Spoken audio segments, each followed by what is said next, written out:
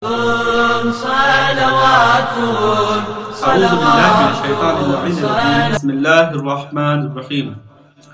الحمد لله رب العالمين وصلى الله على سيد الخلائق أجمعين سيد المرسلين خاتم النبيين مولانا أبي القاسم محمد اللهم صل على محمد وآل محمد وعلى آله الطيبين الطاهرين المعصومين لسيما بقية الله في الأراضين ولعنة الله على أعدائهم وغاصبين حقوقهم من يومنا هذا إلى قيام يوم الدين. أما بعد فقد قال الله تعالى في كتابه الكريم وهو قوله الحق وأصدق الصادقين. بسم الله الرحمن الرحيم. وإنا خلقنا لكم الجميع. بسم الله الرحمن الرحيم. رب اشرح لي صدري ويسر لي أمري واحلل عقدة من لساني يفقهوا قولي. ناظرین کرام السلام علیکم ورحمۃ اللہ وبرکاتہ. امید کرتے ہیں آپ تمام حضرات صحت و سلامت اور عافیت کے ساتھ اور خیریت سے ہوں گے. دوستان گرامی، جس طریقے سے آپ حضرات مستحضر ہیں کہ ہمارے یہ اخلاق اسلامی کا تیسرا جلسہ ہے. اس سے پہلے والی کلاسوں میں ہم نے جو سیکھا تھا، ہم نے جو پڑھا تھا، ہم نے جو تذکرہ کیا تھا، بحث کی تھی، اس کا لب لباب یہ ہے، اس کا نچوڑ اور نتیجہ یہ ہے کہ پہلی والی دروس میں جو ہم نے پڑھا تھا کہ اخلاق اسلامی ہماری زندگی اور ہماری حیات کے لیے کتنا ضروری ہے.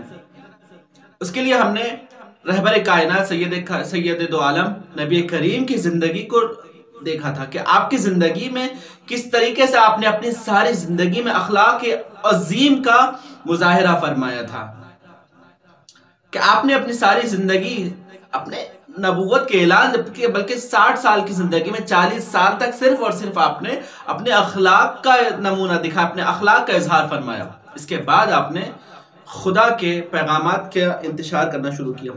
اس کے بعد ہم نے بتایا تھا کہ اخلاق اسلامی ہماری زندگی کے لیے کتنا ضروری ہے. اخلاق اسلامی جو ہے وہ ایک جامع ساز قانون ہے، جامع ساز، ایک جامعہ بناتا ہے، ایک اجتماع کو تخلیق کرتا ہے. بلکہ کہا جائے کہ اخلاق اسلامی ایسا علم ہے جو خود انسان کو اس کی معرفت کراتا ہے، اس کی عظمت سے روشناس کراتا ہے، بتاتا ہے اے انسان دیکھو آپ کی عظمت کیا ہے، اور یہ سکھاتا ہے کہ انسان کو انسان کے درمیان کس طریقے سے رہنا اور زندگی بسر کرنا چاہیے. الغرض ہمارا اور آپ کا پروردگار عالم اپنی کتاب بابرکت میں ارشاد فرماتا ہے اِنَّا خَلَقْنَا لَكُمْ جَمِيعًا. اس آیت کو یاد رکھیے گا، یہ بہت ہی امپورٹنٹ آیت ہے اور بہت ہی ضروری آیت ہے. یہ ہمیں ہماری زندگی کا مقصد بتاتی ہے، ہمیں ہماری حیات کا مقصد بتاتی ہے یہ آیت. اور اس کے جو جواب میں ایک آیت ہے اس کو بھی انشاءاللہ ہم بتائیں گے.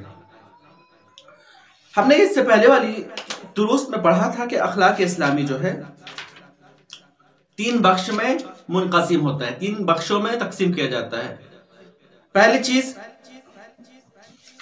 اخلاق اسلامی، پہلے ہم نے بتایا تھا اخلاق اسلامی جو ہوتا ہے، اخلاق یعنی ہوتا ہے ہمیں اپنے اندر کی چیزوں، اپنے روح کی پرورش کرنا، روح کو پروان چڑھانے کا نام ہے اخلاق.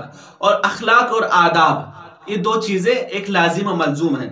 جہاں اخلاق ہوگا وہاں پر آداب بھی آپ کو نظر آئیں گے. یعنی انسان جب اپنے اندر کی روح کو سنوارتا ہے، اپنے اندر کی روح کو بہترین غذا دیتا ہے، یعنی بہترین صفات سے اپنے اندرونی نفس کو سجا لیتا ہے، تو اس کے نتیجے میں جو افعال صادر ہوتے ہیں اس چیز کا نام ہے آداب، آداب اسلامی. یعنی انسان جو اخلاق ہے، اخلاق نام ہے اپنے اندرونی صفات کو مزین کرنے کا، اور پھر اس بہترین اور سجے ہوئے اخلاق سے جو نور صادر ہوتا ہے اس چیز کا نام ہے آداب اسلامی. تو ہم نے کہا تھا کہ آداب اسلامی بھی اتنا ہی ضروری ہے جتنا اخلاق اسلامی ضروری ہے.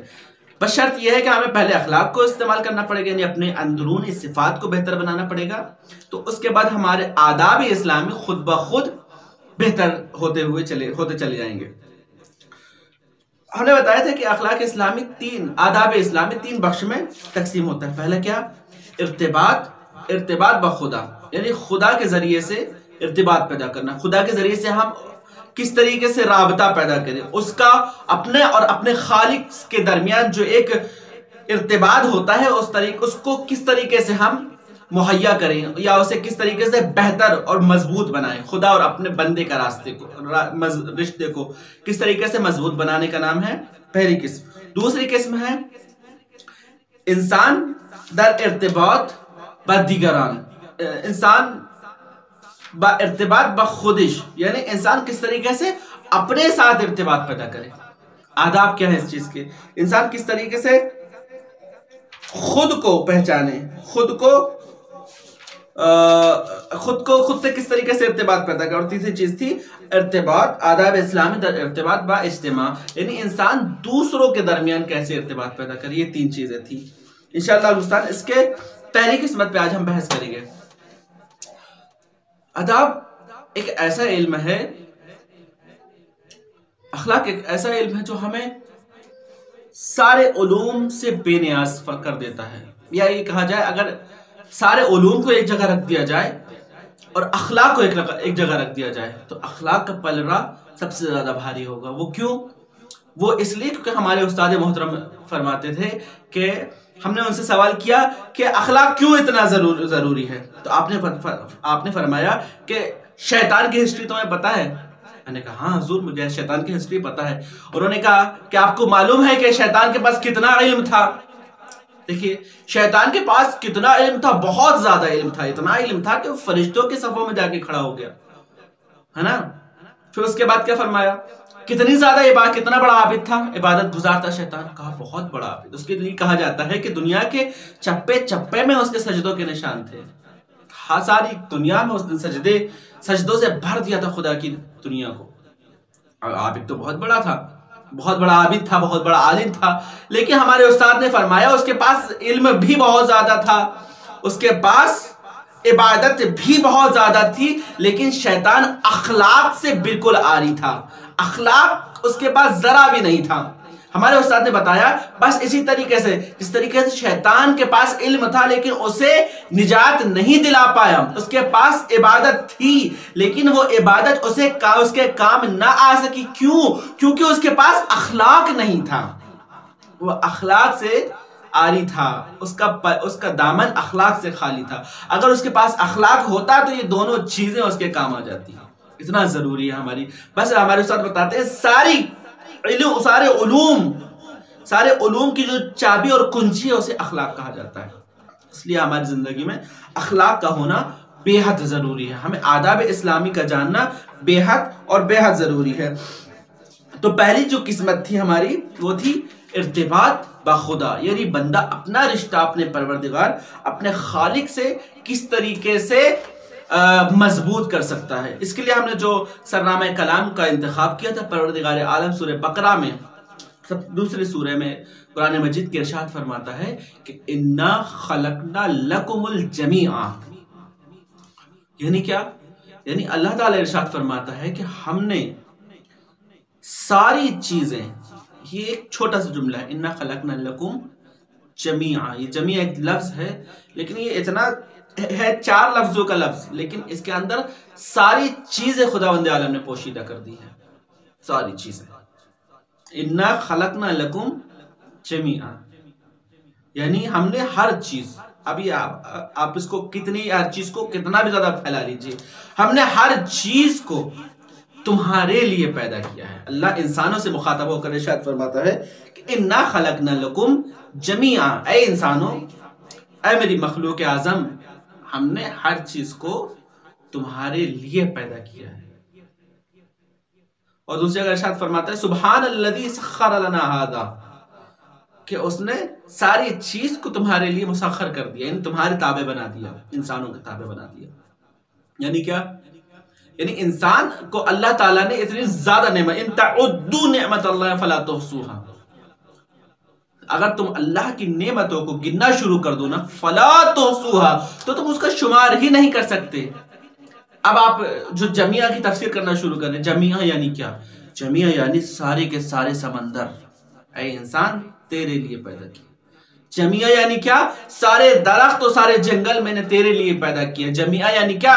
سارے جانور اور سارے چرند و پرند لکم جمیعا ہم نے تیرے لیے پیدا کیا. اتنا بڑا اور عظیم نیلگون آسمان جو بغیر عمود اور بغیر سہارے کے تیرے سر پر کھڑا کیا ہے میں نے تیرے لیے پیدا کیا ہے. یہ نیلگون جو سمندر ہے عظیم ٹھاٹھے مارتا سمندر ہے, اس کے اندر ہزاروں قسم کی مخلوقات جو زندہ سانس لیتی ہیں وہ تیرے لیے پیدا کی ہیں. پروردگار عالم میں اتنا زیادہ محترم ہوں, میں اتنا محترم ہوں تیری نگاہ میں. انا خلقنا لکم جمیعا, تو نے ساری کائنات ساری دنیا کو میرے لیے پیدا کیا ہے. میں جو چھوٹا سا وجود ہوں, میری کچھ اوقات نہیں ان کے سامنے, لیکن یہ جو اتنے بڑے بڑے موجودات ہیں جن کے وجود ہمارے سامنے ایک عظیم پیرائے کے صورت میں نظر آتے ہیں, اور تو پر کہہ رہا ہے کہ ہم نے یہ ساری چیزیں تیرے لیے خلق کی ہیں. اچھا پروردگار عالم ہمیں اس کا تو نے یہ تو بتا دیا کہ تو نے ہر چیز کو ہمارے لیے یعنی انسانوں کے لیے پیدا کیا ہے.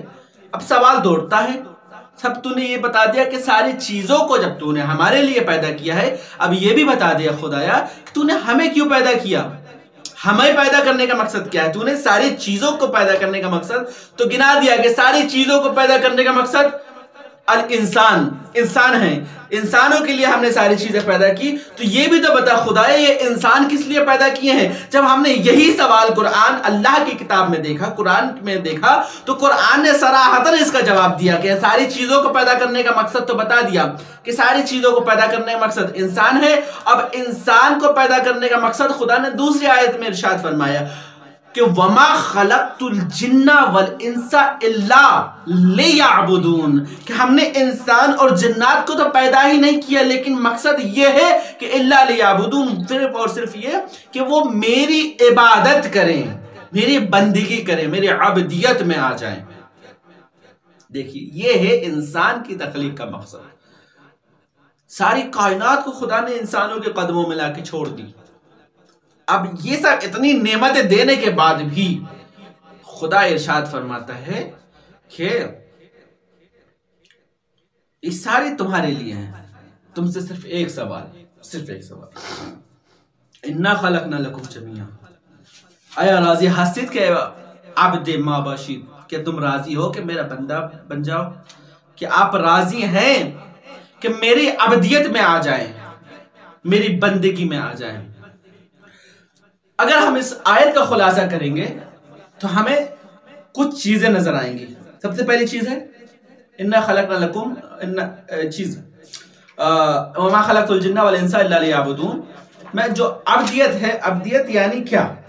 عبد یعنی عبدیت عربی کا لفظ ہے, عبد سے بنا عبدیت, اور اس کو اگر ہم اردو میں کنورٹ کریں گے, اردو میں اس کا متبادل تلاش کریں گے تو اس کا متبادل ہوتا ہے اردو میں بندگی.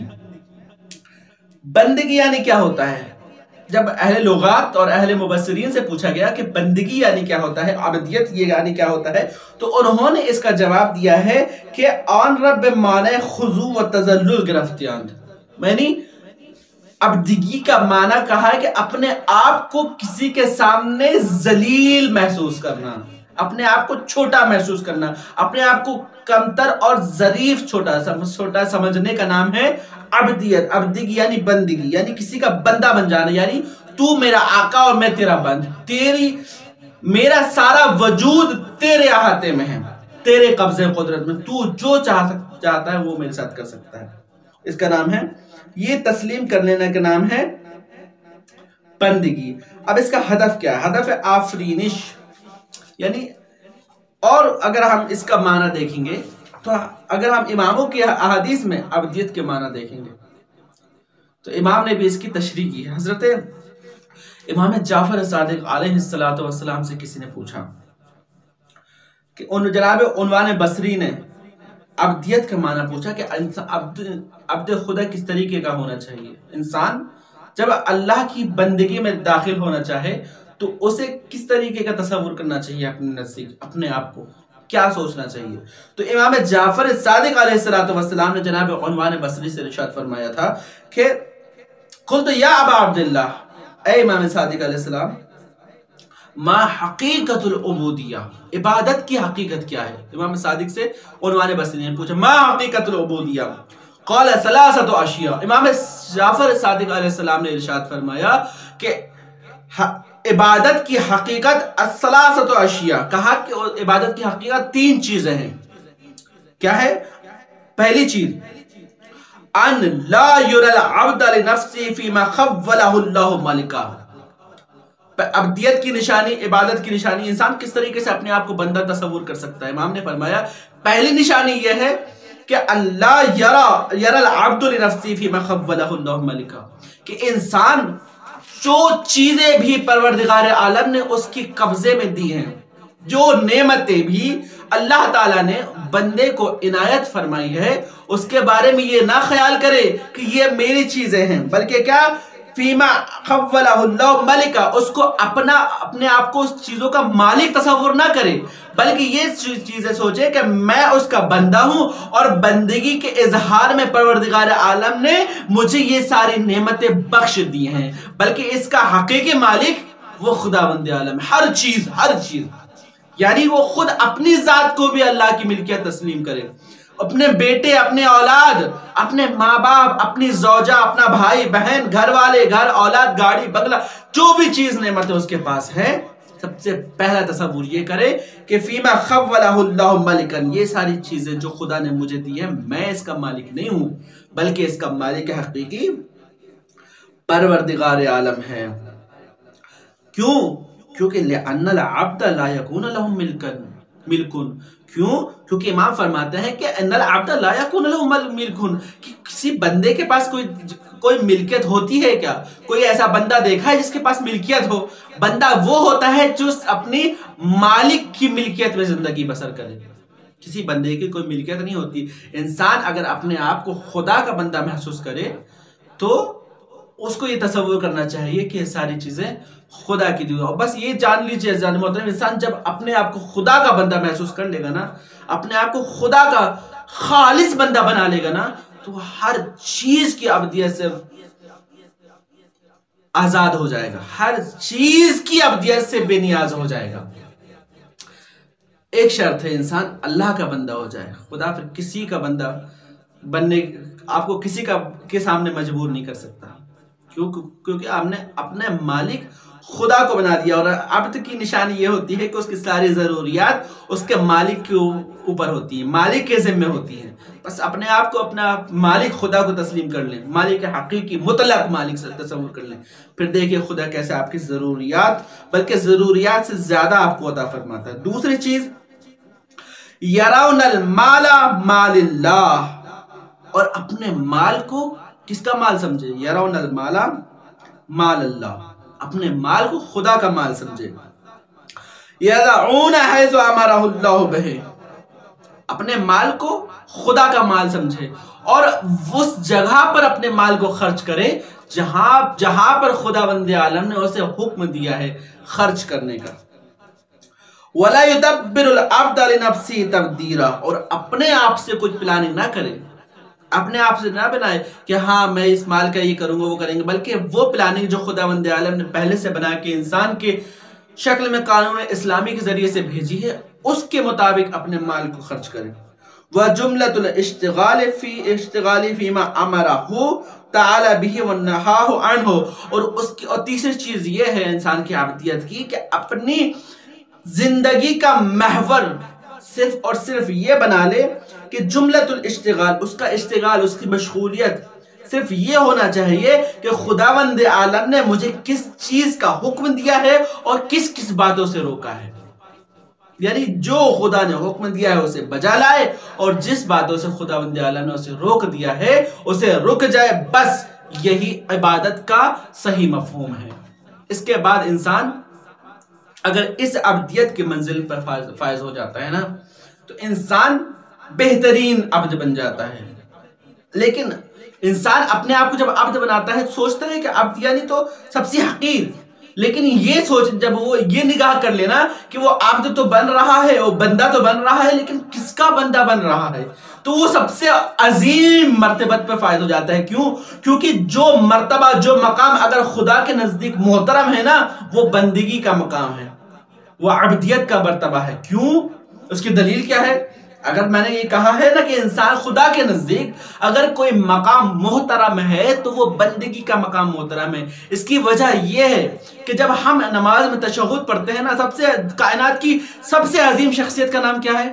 اگر آپ سوال کیا جائے تو آپ کیا جواب دیں گے؟ کہیں گے کہ کائنات کی سب سے عظیم شخصیت کا نام محمد ابن عبداللہ، محمد مصطفیٰ صلی اللہ علیہ وآلہ وسلم، ارواحنا لہ الفدا، ہماری جانیں آپ پر قربان ہو، محمد مصطفیٰ ہیں، ہے نا؟ کون ہیں؟ اگر آپ کو ان سے تعارف، کوئی آپ سے تعارف، کوئی غیر مسلم آپ سے ان کا تعارف پوچھے تو آپ ان کا تعارف کیسے کرائیں گے؟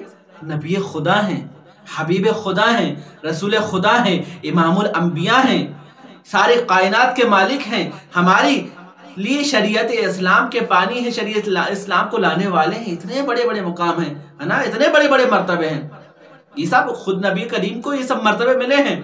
لیکن اس کے باوجود میں جب خداوند عالم تذکرہ کرتا ہے، جب ہم تشہد پڑھتے ہیں، تشہد میں کیا کرتے ہیں؟ اشہد ان محمدن عبدہ ورسولہ، تو جب پروردگار عالم نے اپنے حبیب کا جب تذکرہ کیا ہے نا، تو پہلے یہ نہیں کہا کہ محمد جو رسول اللہ ہیں، محمد جو حبیب اللہ ہیں، محمد جو بہترین انسان ہے، انسان کامل ہے، نبی کامل ہے، رسول کامل ہے، نہیں۔ سب سے پہلے اگر کسی چیز کا تذکرہ کیا ہے تو محمدن عبدہ ورسولہ، کہ وہ محمد جو پہلے اللہ کے بندے ہیں، بعد میں اس کے رسول ہیں۔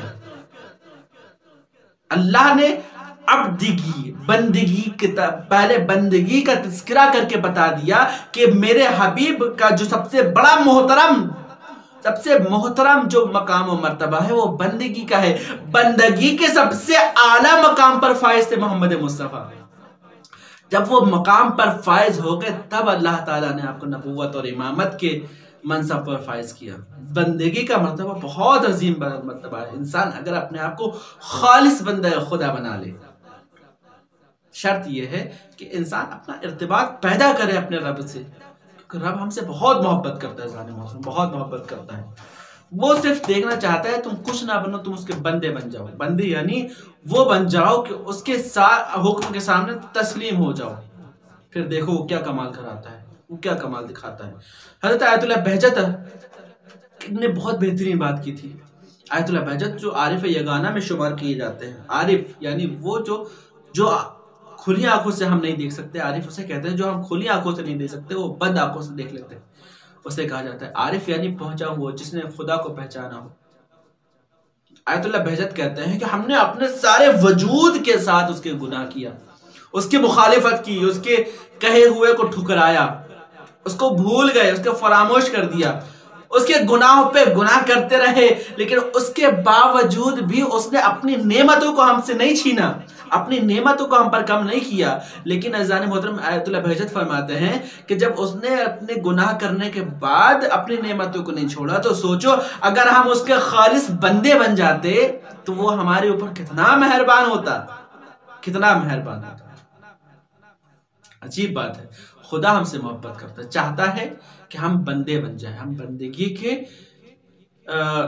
جو امور ہیں، بندگی کے جو مراتب ہیں اس کو فالو کریں، اس پر فائز ہو جائیں۔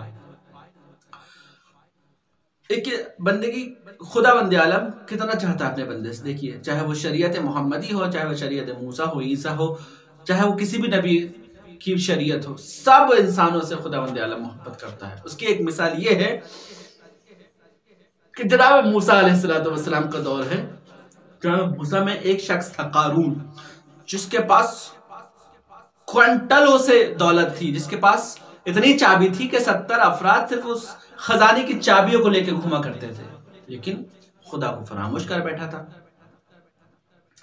ایک زمانہ یہ آتا ہے کہ پورا واقعہ تو گزرنے کے بعد یہ ایک زمانہ وہ آتا ہے کہ جب مخالفت کر کے تھک جاتا ہے، خدا نے مہلت دی، زمانہ یہ آتا ہے کہ وہ اپنا خزانہ لے کر کہیں ایک جگہ سے دوسری جگہ منتقل ہو رہا تھا، راستے میں زمین پھٹتی ہے، زمین پھٹی، وہ قارون اپنے خزانے کے ساتھ ساتھ زمین میں دفن ہونا شروع کیا، زمین پھٹی اور وہ زمین کے اندر کھینچنا شروع، زمین نے نگلنا شروع کیا قارون کو۔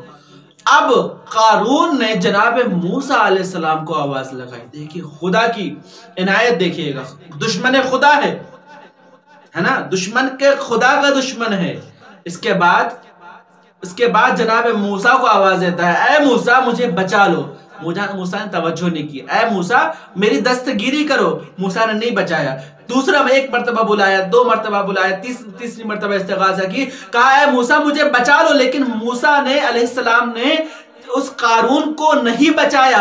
جب وہ مر گیا، غرق ہو گیا زمین کے اندر، تو پروردگار عالم نے موسیٰ کو طور پر بلایا۔ جناب موسیٰ طور پر پہنچے، خلوت کا موسم ہے، اس طرف خدا ہے، اس طرف بندہ ہے، اس طرف خدا کی آواز، اس طرف بندے کی آواز۔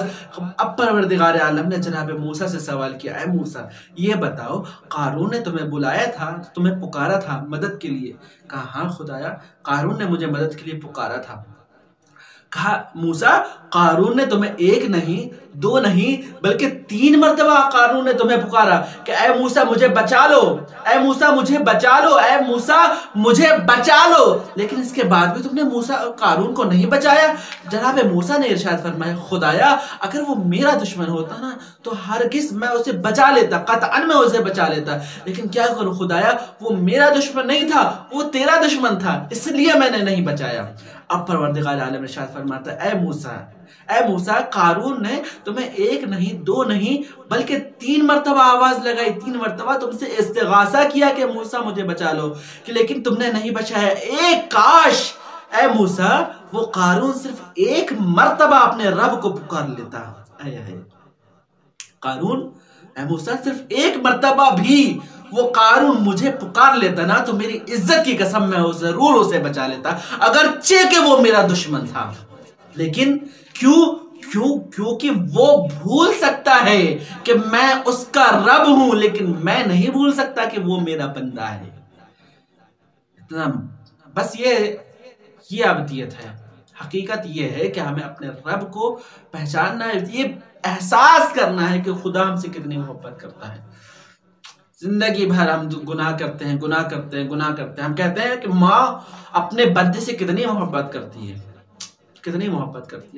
اگر موقع پڑ جائے تو ماں اپنی جان دے دے گی، لیکن اپنے بچے کے اوپر آنچ نہیں آنے دے گی۔ یہ محبت مامتا کہلاتی ہے، محبت ماجری کہلاتی ہے، جو خدا نے یہ نازل کی ہے ماں کے اوپر۔ لیکن حدیث میں آتا ہے کہ خداوند عالم اپنے بندوں سے گنہگار بندوں سے 70 ماؤں کے برابر محبت کرتا ہے، 70 ماؤں کے برابر اپنے بندوں سے محبت کرتا ہے۔ وہ بندے جو دن رات اس کی مخالفت کرتے ہیں، لیکن خدا محبت کرتا ہے، تو میری مخلوق ہے، تو میری عظیم مخلوق ہے۔